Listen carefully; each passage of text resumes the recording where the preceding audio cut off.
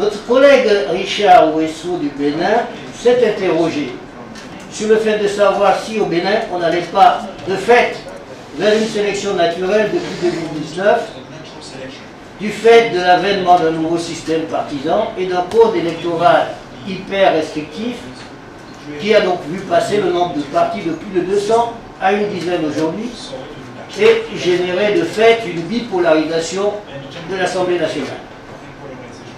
Sur cette base, il s'est demandé si d'une part, le système partisan contribuait à l'engouement au vote et d'autre part, quels étaient les déterminants de l'intention de vote au Bénin.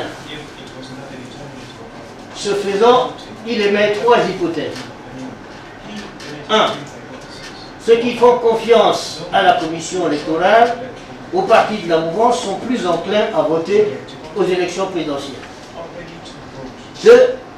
Ceux qui se sentent proches d'un quelconque parti politique ont une forte probabilité de voter, de même que ceux qui ont travaillé pour un parti politique. Et troisième hypothèse, il estime que l'intention de vote dépend de l'âge et du sexe du répondant.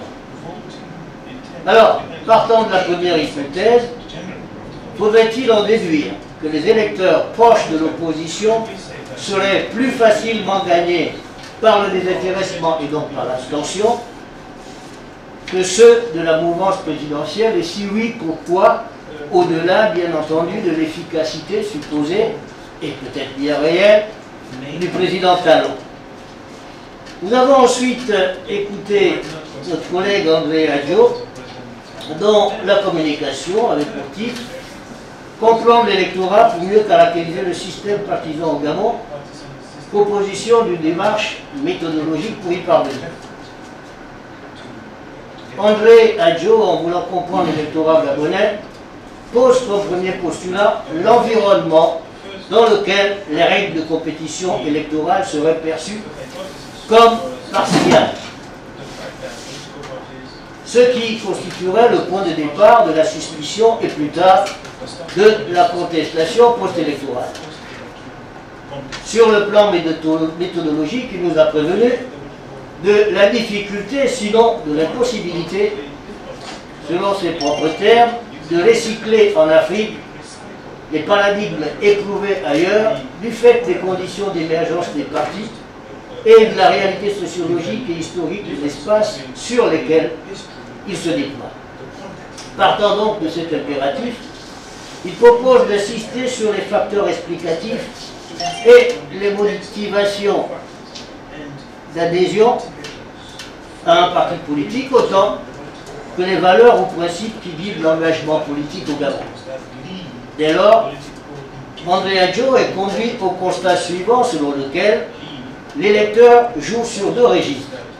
D'une part, la volonté d'adaptation à l'environnement politique pour garantir ce qu'il appelle ses intérêts primordiaux, et d'autre part, une espérance dans la démocratie dont les perspectives d'installation semblent, à son sens, relativement éloignées. Dans un tel schéma, les partis politiques, dit André Adjo, useraient de deux leviers majeurs. D'une part, la capacité à mobiliser la rente pour les uns, et d'autre part, la capacité à capitaliser les frustrations de ceux qui ne participent pas à la revendication de la rente. Et je pense que cette hypothèse peut être retenue comme sérieuse. À la suite de quoi André Adjo en conclut à la nécessité d'une stabilisation du système partisan par la marginalisation progressive de la place de la rente de marque des partis politiques, un nouveau marché pour le choix de l'électeur. Il s'agissait pour lui de déterminer comment, d'une part, conceptualiser la marque d'un parti politique et d'autre part, valider empiriquement l'affirmation selon laquelle la marque est une variable explicative du choix électoral, alors que d'autres déterminants du comportement électoral restent constants. Concrètement, M. Boukari a tenté de vérifier, dans le cas ghanéen, si l'image de marque d'un parti politique influence la propension d'autrui à voter, et si cette image a un effet sur la préférence électorale. Partant de là, il a élaboré deux hypothèses. D'une part, il a estimé que le niveau d'attachement à l'image de marque d'un parti politique se manifestera par un soutien et une propension à voter pour le même parti. Deuxième hypothèse, le niveau d'attachement à l'image de marque d'un parti politique se manifestera par un appui et une propension à voter pour le même parti, après avoir tenu compte de variables telles que le vote ethnique, le vote par clivage, le vote par identification du parti et la propriété des émissions au Ghana. Arrivé à ce point, c'est à partir de la deuxième hypothèse de M. Boukari que je voudrais nous interroger tous. Et en réalité, bien entendu, interroger en premier lieu M. Boukari.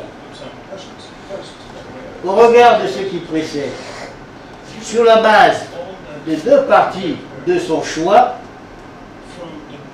pourrait-il nous indiquer quels seraient les éléments constitutifs de la marque, au-delà, par exemple, du fait figuratif d'un éléphant ou d'un parapluie dont il a parlé tout à l'heure?